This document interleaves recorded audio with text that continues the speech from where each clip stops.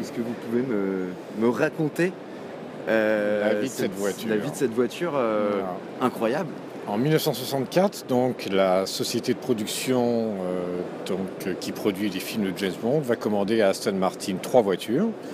Trois voitures équipées pour que notre agent secret puisse être protégé, attaquer et se défendre des vilains. Et donc voilà, trois commandes spéciales. Elle a une valeur certes puisqu'elle est assurée, donc il y a une valeur d'assurance.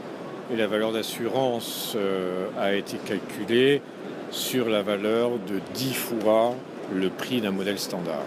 Donc ensuite, à vous de déterminer aujourd'hui quelle est la valeur d'une Aston Martin standard, mais on estime que celle-ci vaut 10 fois le prix d'une voiture normale. C'est la plus chère des Aston Martin, j'imagine. Non, non. Non, les voitures de course avec de prestigieux palmarès. Il ne faut pas oublier que Aston Martin a gagné les 24 heures du Mans en 1959 avec un modèle DBR1. Ça, ce sont des voitures qui dépassent bien entendu on va dire 20 à 25 millions aujourd'hui.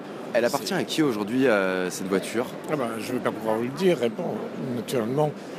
Les collectionneurs sont des gens qui sont de plus en plus discrets et elle fait simplement partie d'une collection privée. Il m'a fallu beaucoup d'années pour persuader son propriétaire de la faire voir en public, puisque c'est également la première fois que cette voiture est présentée au public. Là, on voit bien les gadgets. Là, ici, une mitrailleuse. Ils sont fonctionnels. Absolument. La mitrailleuse? Absolument, même la mitrailleuse. Donc 100 balles bien sûr, mais en tout cas au niveau de la sonorité et des flammes qui sortent et qui entourent donc les canons. Il a fallu plus de 3 ans à la société Rose Engineering qui est établie en Suisse et qui restaure probablement les plus prestigieuses Aston Martin pour pouvoir mettre tout en marche. Et donc tout fonctionne sur cette voiture.